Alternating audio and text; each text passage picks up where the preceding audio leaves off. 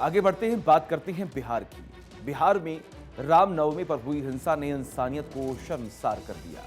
नफरत की आग ने 100 साल से इल्म का चिराग जलाने वाली शमा को बुझा दिया। बिहार शरीफ के मदरसा अजीजिया को जला दिया गया। इस आग में हाथ से लिखी सैकड़ों किताबें जलकर राख हो गई और राख हो गई वो इंसानियत। देखिए रिपोर्ट।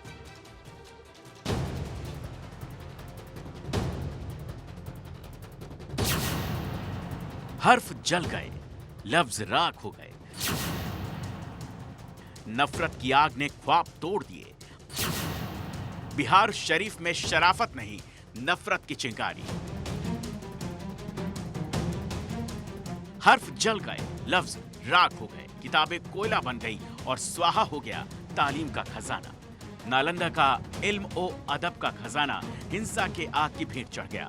दंगाई उत्पात मचाते हैं, घर दुकान से लेकर तमाम चीजों को आग के हवाले कर देते हैं। लेकिन इससे कितना नुकसान होता है उनको नहीं पता। दंगा में कितनी ऐतिहासिक चीजें जलकर खाक हो जाती हैं उनको क्या पता।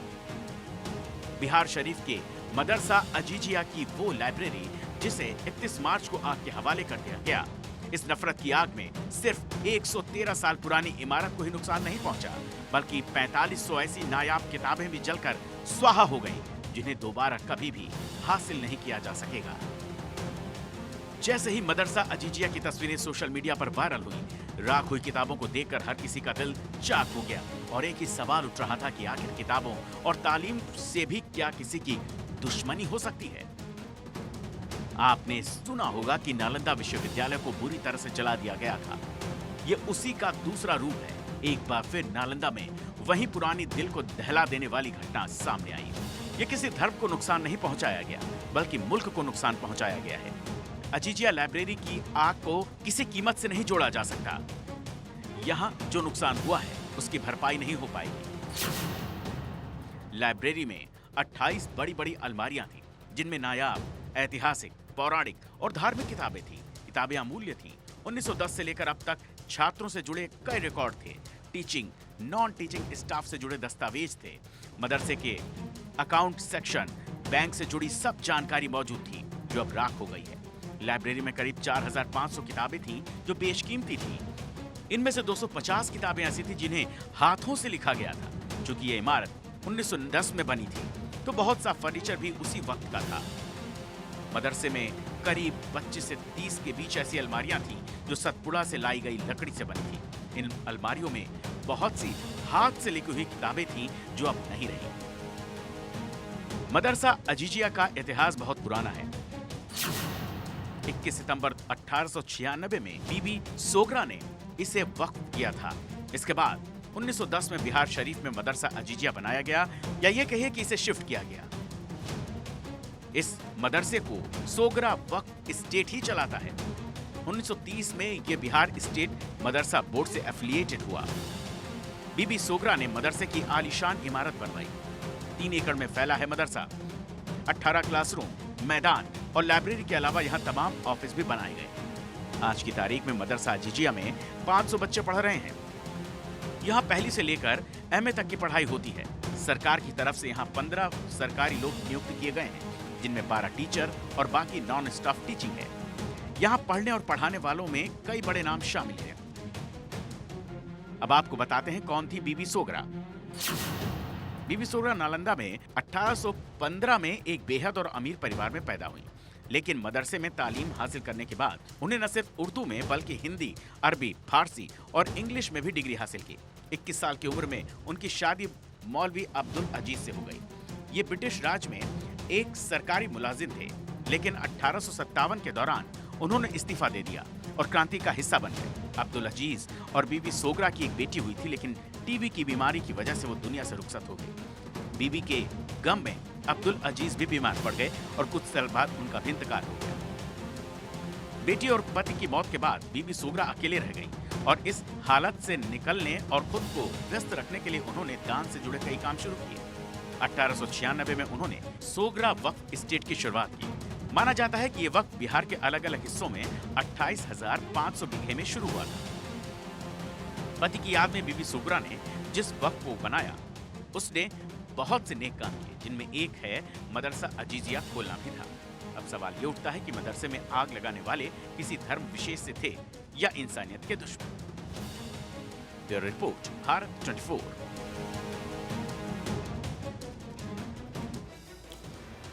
खालिस्तान समर्थक अमृतपाल सिंह की तलाश में जुटी पंजाब पुलिस को बड़ी सफलता मिली।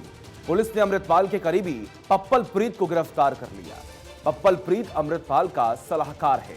वह उसके फरार होने के समय से ही अमृतपाल के साथ साए की तरह रह रहा था।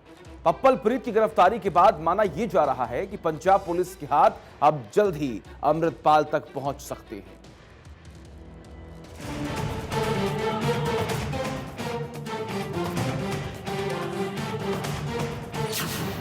अमृतपाल का यार पप्पल प्रीत गिरफ्तार। 23 दिन बाद पुलिस के हत्थे चढ़ा पप्पल प्रीत। पप्पल प्रीत गया अंदर, अब अमृतपाल का नंबर। वारिस पंजाब डे का स्वयंभू प्रमुख और खालिस्तानी समर्थक अमृतपाल सिंह का सबसे खास मददगार पप्पल प्रीत गिरफ्तार हो गया। 23 दिन से अमृतपाल और पप्पल प्रीत फरार चल रही थी, मगर पंजाब और दिल्ली पुलिस की जॉइंट ऑपरेशन में पप्पल प्रीत को होशियारपुर से गिरफ्तार किया गया। पंजाब पुलिस ने मानयोग सीएम साहब की इंस्ट्रक्शंस पे बहुत इफेक्टिव काम किया है। इस केस में एक स्पेशल ऑपरेशन जो चल रहा था, इसमें हमारे पास वाइटल क्लूज थे, जिसमें पप्पल प्रीत सिंह जो मेन एसोसिएट है अमृतपाल सिंह का, उसको पंजाब पुलिस ने, खास करके अमृतसर रूरल पुलिस ने कत्थू नंगल एरिया है अमृतसर में, वहां से अरेस्ट किया है। पंजाब पुलिस ने इसको एनएसए में डिटेन किया है। इसके अलावा 6 और केसेस इस पे रजिस्टर्ड हैं, जो time to time as per legal process उस पे काम किया जाएगा बाद में। अमृतपाल सिंह की हर प्लानिंग का असली मास्टरमाइंड कहे जाने वाले पप्पल प्रीत के सीने में कई राज दफन हैं। माना जाता है कि अमृतपाल के भगौड़ा घोषित होने के बाद सारी प्लानिंग करने में पप्पल प्रीत का बड़ा हाथ रहा।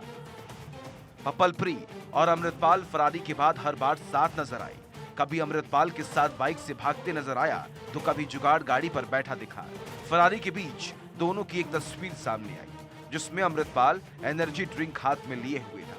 वहीं कुरुक्षेत्र बस स्टैंड के पास भी अमृतपाल और पप्पल प्रीत साथ नजर आए, तो दिल्ली में भी दोनों का वीडियो सामने आया। यानी जहां जहां अमृतपाल, वहां वहां पप्पल प्रीत साथ में था। पप्पल प्रीत को अमृतपाल अपना मेंटोर मानता है। ऐसे में आपको पप्पल प्रीत के बारे में बताते हैं। कौन है पप्पल प्रीत? अमृतपाल के साथ साए की तरह रहता है पप्पल प्रीत। जांच एजेंसियों के मुताबिक वो खालिस्तानी प्रोपेगेंडा वेबसाइट चलाता है। वारिस पंजाब डे संगठन आने से पहले ही पंजाब में सक्रिय रहा। पप्पल प्रीत पर यूएपीए समेत पहले से कई मामले दर्ज हैं। संयुक्त अकाली दल सरकार ने नवंबर 2015 में देशद्रोह का मामला दर्ज किया था। 2015 में आईएसआई से संबंध होने के मामले में गिरफ्तार किया गया था। अब जब पप्पल प्रीत गिरफ्तार हो गया तो अमृतपाल के लिए पुलिस से ज्यादा दिन तक बच पाना आसान नहीं होगा, क्योंकि पप्पल प्रीत ही वो शख्स है जो कि अमृतपाल सिंह के हर काम में हाथ बांटता था। बीते 18 मार्च को पंजाब पुलिस की कार्रवाई के बाद पप्पल प्रीत ही वो मुख्य साथी था जिसने कि अमृतपाल को भगाने में सबसे ज्यादा मदद की। जिसके बाद कई ऐसे फुटेज और फोटोज सामने आए थे जिसमें कि अमृतपाल सिंह भेष बदल बदल कर फरारी काटता दिखाई पड़ा। ऐसे में अब माना जा रहा है कि अमृतपाल ज्यादा दिनों तक पुलिस से लुका छुपी नहीं कर सकेगा और जल्द ही पंजाब पुलिस की गिरफ्त में होगा। Bureau report, Bharat 24। पप्पल प्रीत की गिरफ्तारी के बाद उसका परिवार सामने आया। पप्पल प्रीत का बचाव किया और कहा कि उसने कोई हथियार नहीं उठाया। परिवार के लोगों ने कहा कि अजनाला में विवाद के समय भी पप्पल प्रीत वहां नहीं था। पप्पल प्रीत, जो कि अमृतपाल का सलाहकार माना जा रहा है, उसकी गिरफ्तारी के बाद अब उनके परिवार वालों ने यह साफ नकार दिया कि अमृतपाल से उसका कोई भी लेना देना नहीं है। परिवार वालों का यह भी कहना है कि पप्पल प्रीत के हाथ में कोई भी हथियार या उसने किसी को भी कोई हथियार सप्लाई नहीं किया। इसके अलावा जो कुछ दिनों पहले के थाने पर अमृतपाल के तमाम समर्थकों ने कब्जा किया था, वहां पर भी पप्पल प्रीत नहीं था। ये तमाम बड़ी बातें पप्पल प्रीत के परिवार वालों की तरफ से की गई हैं।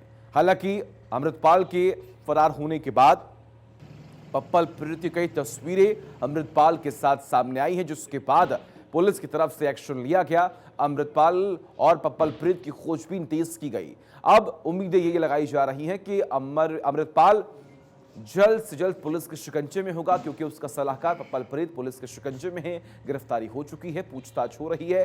आखिर अमृतपाल कहां पर गया, कैसे गया और किसने उसका साथ दिया, ये सभी राज धीरे धीरे ਤੇ ਜੀ ਮਹੀਨਾ ਹੀ ਹੋ ਚੱਲਿਆ ਜੇ ਹਿਸਾਬ ਨਾਲ ਘਰ ਆਇਆਂ ਨੂੰ। ਜਦੋਂ ਇਹਨਾਂ ਨੇ ਅਜਨਾਲੇ ਵਾਲਾ ਕੇਸ ਪਾਤਾ ਨਾ ਕਿ ਜਦੋਂ ਇੱਕ ਮੁੰਡੇ ਨੂੰ ਚਪੇੜਾਂ ਮਾਰੀਆਂ, ਉਸੇ ਦਿਨ ਤੋਂ ਹੀ ਸਾਡੇ ਪੁਲਿਸ ਆਉਣੀ ਸ਼ੁਰੂ ਹੋ ਗਈ। ਉਸ ਤੋਂ ਬਾਅਦ ਉਹ ਇੱਕ ਅੱਧੀ ਵਾਰੀ ਘਰ ਚ ਆਇਆ, ਉਸ ਤੋਂ ਬਾਅਦ ਉਹ ਘਰ ਨਹੀਂ ਆਇਆ। ਕੁਝ ਅਸੀਂ ਇਹ ਅਪੀਲ ਕਰਨਾ ਚਾਹੁੰਦੇ ਕਿ ਸਾਨੂੰ ਪਤਾ ਕਿ ਸਾਡੇ ਬੱਚੇ 'ਚ ਕੋਈ ਕਸੂਰ ਨਹੀਂਗਾ, ਕੋਈ ਉਹ ਗਲਤ ਨਹੀਂਗਾ, ਨਾ ਉਹਨਾਂ ਨੇ ਕੋਈ ਹਥਿਆਰ ਚੁੱਕਿਆ, ਨਾ ਉਹਨਾਂ ਨੇ ਕੋਈ ਗਲਤ ਕੀਤਾ ਆ। ਸਾਡੀ ਨਜ਼ਰ 'ਚ ਨਾ ਉਹਨੇ ਕੀਤਾ ਗਲਤ, ਤੇ ਅਮਰਤਪਾਲ ਵੀ ਮੈਂ ਕਹੂੰ ਕੁਛ ਗਲਤ ਨਹੀਂ ਕੀਤਾ। ਅੰਮ੍ਰਿਤ ਛਕਾ ਰਿਹਾ ਸੀ ਤੇ ਲੋਕਾਂ ਨੂੰ ਸਿੱਧੇ ਰਾਹ ਪਾ ਰਿਹਾ ਸੀ। ਤੇ ਅਸੀਂ ਹੁਣ ਇਹੋ ਕਵਾਂਗੇ ਕਿ ਸਾਡੇ ਬੱਚੇ ਨੂੰ ਕੋਈ ਨੁਕਸਾਨ ਨਾ ਹੋਵੇ ਤੇ ਸਾਨੂੰ ਇਨਸਾਫ ਮਿਲਣਾ ਚਾਹੀਦਾ, ਤੇ ਬੱਚੇ ਦੇ ਉੱਤੇ ਕੋਈ ਤਸੱਦਦ ਕਿਸੇ ਤਰ੍ਹਾਂ ਦਾ ਨਹੀਂ ਹੋਣਾ ਚਾਹੀਦਾ। ਅਗਰ ਹੁੰਦਾ ਆ ਤੇ ਸਰਕਾਰ खुद जिम्मेवार होगी। और हेट स्पीच के लिए अरेस्ट हुई काजल हिंदुस्तानी कौन है? दक्षिणपंथी कार्यकर्ता काजल हिंदुस्तानी को गुजरात पुलिस ने गिरफ्तार किया। काजल हिंदुस्तानी को गिर सोमनाथ जिले में रामनवमी के दिन भड़काऊ भाषण देने के आरोप में गिरफ्तार किया गया। पुलिस के मुताबिक काजल ने भड़काऊ भाषण गिर सोमनाथ में रामनवमी के दिन दिया था। पुलिस ने बताया कि काजल के भड़काऊ भाषण से ऊना शहर में हिंसक झड़प हुई थी। वहीं काजल हिंदुस्तानी ने रविवार सुबह ऊना में पुलिस के सामने सरेंडर किया था। काजल हिंदुस्तानी को अदालत में पेश किया गया, जहां से उसे न्यायिक हिरासत में भेज दिया गया। ट्विटर पर काजल खुद को entrepreneur, research analyst, social activist, nationalist और प्राउड इंडियन बताती है। काजल का नाम पहले काजल श्रृंगला था, अब उसने इसमें हिंदुस्तानी जोड़ा है। वो खुद को गुजरात की शेरनी बताती है। काजल ने वेबसाइट पर लिखा था कि कट्टर राष्ट्रवादी विचारों के चलते उसने अपना नाम बदला है। काजल हिंदुस्तानी कई बार टीवी न्यूज चैनलों की डिबेट्स में भी दिखी है। वह गुजरात में पाकिस्तानी हिंदुओं को सेटल करवाने का दावा करती है। मीडिया रिपोर्ट्स के अनुसार काजल मूल रूप से राजस्थान की रहने वाली है, शादीशुदा है और उसके पति जामनगर में कारोबार करते हैं।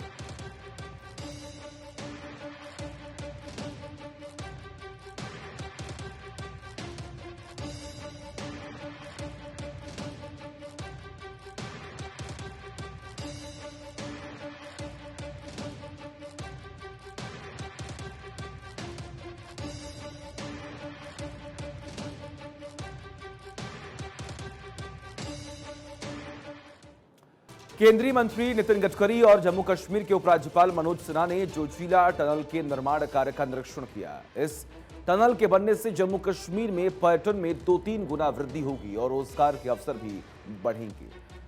टनल का 38% काम पूरा हो चुका है। देखिए रिपोर्ट।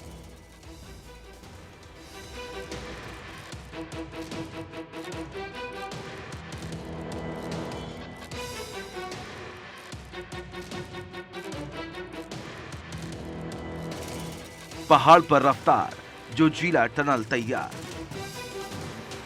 कश्मीर में बहार है, जोजिला टनल तैयार है।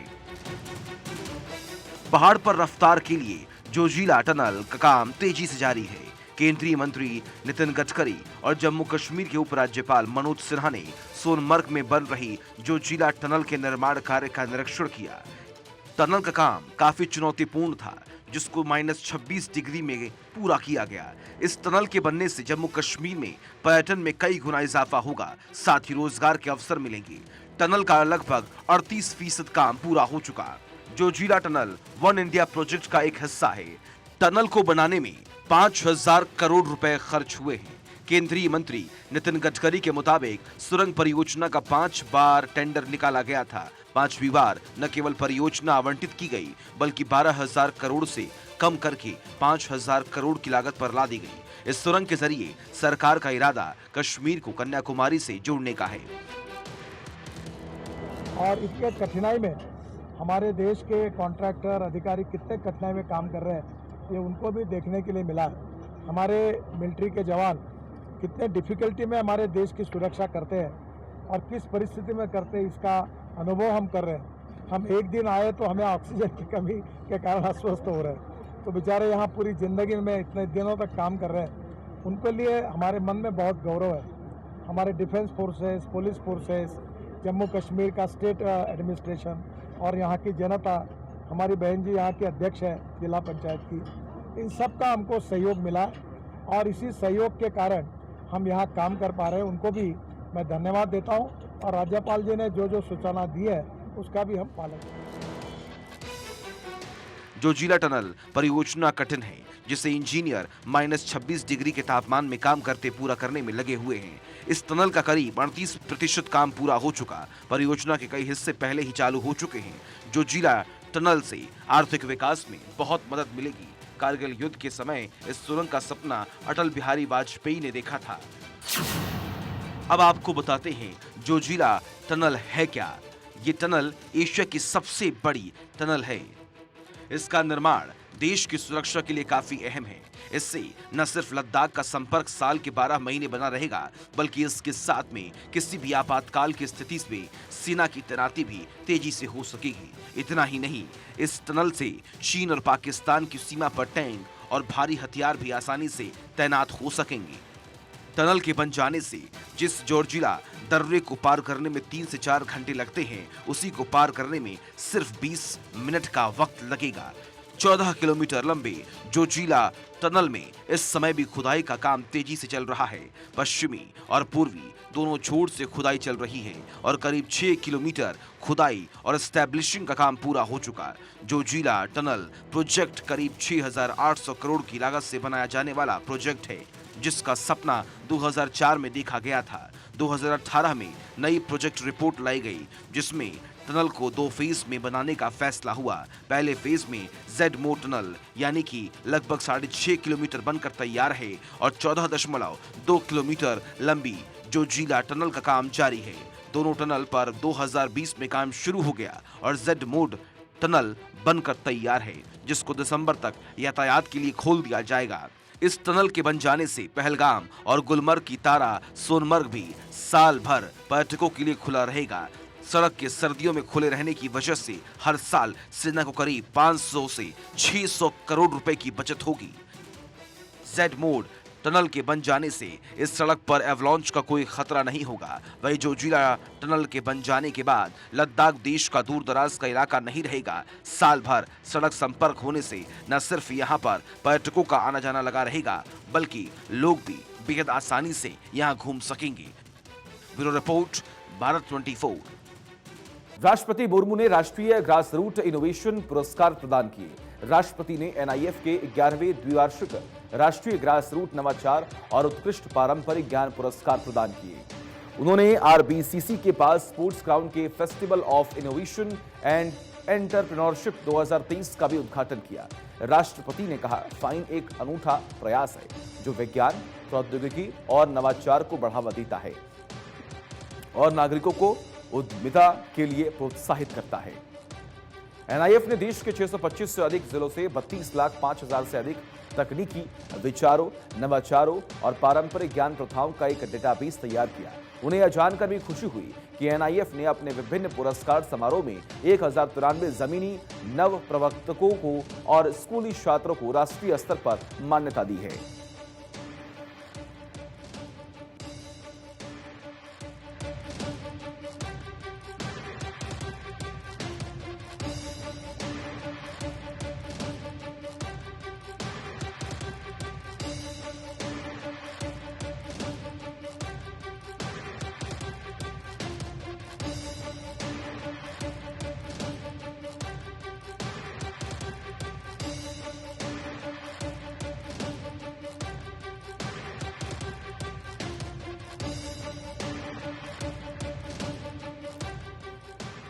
कश्मीर दौरे पर पहुंचे नितिन गडकरी ने देखा जोजिला टनल का काम। जम्मू कश्मीर के एलजी मनोज सिन्हा के साथ निरीक्षण करने पहुंचे।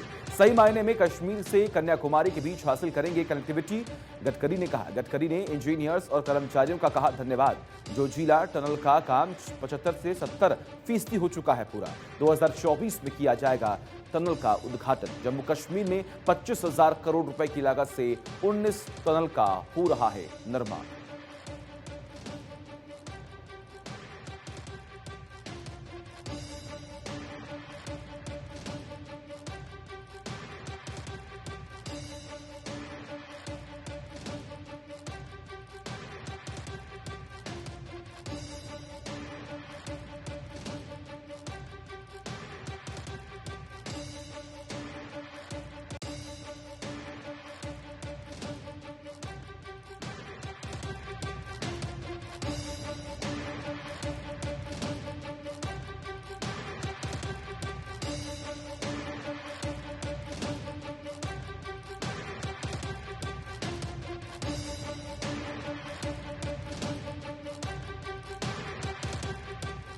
राहुल पर गुलाम नबी के दावे को लेकर बीजेपी हमलावर। पूर्व कांग्रेस नेता गुलाम नबी आजाद ने एक इंटरव्यू में बड़ा दावा किया।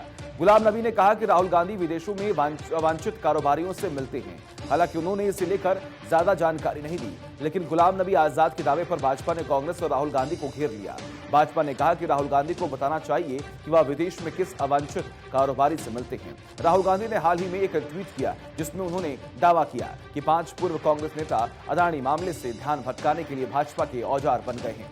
राहुल गांधी ने इन पूर्व कांग्रेस नेताओं में गुलाम नबी आजाद का भी नाम लिया था। इस पर एक इंटरव्यू में गुलाम नबी आजाद से राहुल गांधी के दावे पर उनकी प्रतिक्रिया पूछी गई तो गुलाम नबी आजाद ने कहा कि मेरे मन में गांधी परिवार के लिए बहुत इज्जत है, इसलिए मैं गांधी परिवार के खिलाफ कुछ नहीं बोलना चाहता, वरना मैं ऐसे उदाहरण दे सकता हूं जहां राहुल विदेश जाकर अवांछित उद्योगपतियों से मिलते हैं। वहीं गुलाम नबी के इस दावे पर बीजेपी ने राहुल गांधी पर बड़ा हमला बोला है।